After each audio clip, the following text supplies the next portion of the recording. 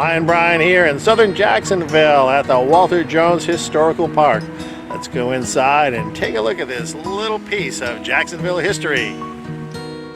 That's the site's museum, which is unfortunately closed today, but the grounds remain open and free to explore. This historical site is located in the Community of Mandarin in South Jacksonville on the east bank of the St. Johns River. This is an old one-room schoolhouse built in 1898 and used primarily as a school for black children. It was operated by the Catholic nuns of the St. Joseph Religious Order. The sisters came here from France on a religious mission and established the school about 3 miles east of this site.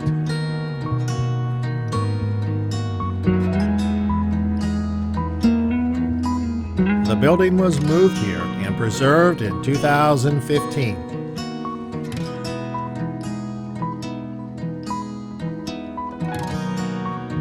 This little guy, and others just like him, have become a sort of local Mandarin icon. Hundreds of these little frogs dot the landscape all around the community, so keep your eyes open.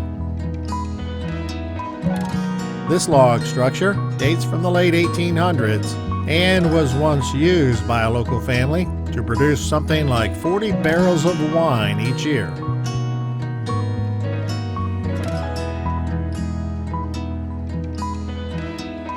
The house ahead dates from 1875 and was built by Major William Webb, a retired U.S. Army officer.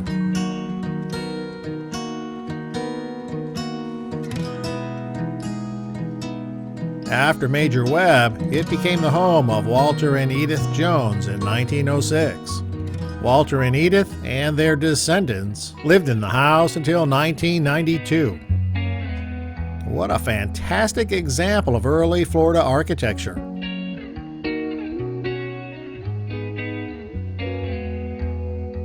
Here's the home's main water supply.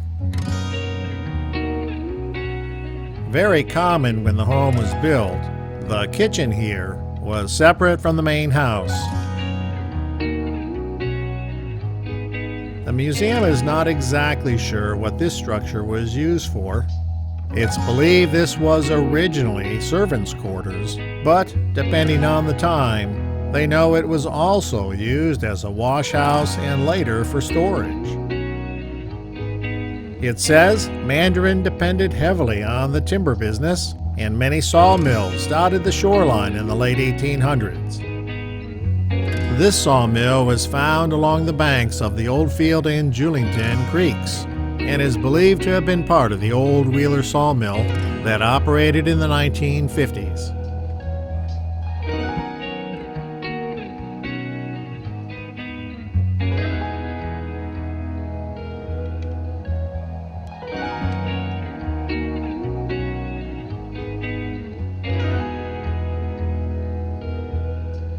This is a cane crusher, used to crush sugarcane and harvest its juice.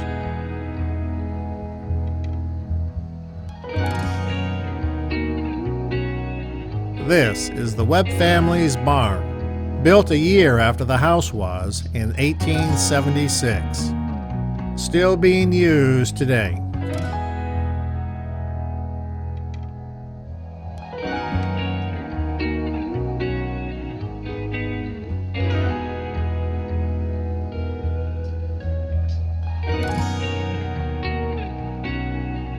In the mid to late 1800s, the Community of Mandarin shipped lots of produce and lumber from a wharf that once existed up ahead on the St. Johns River.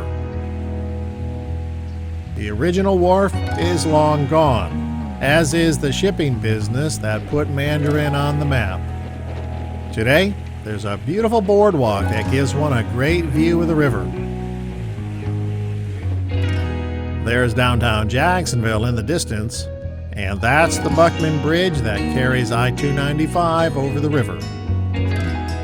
That's gonna do it for this video. I really enjoyed exploring this piece of early Florida history. Definitely worth a visit. Remember, life is a journey. Enjoy the ride, and thanks for watching.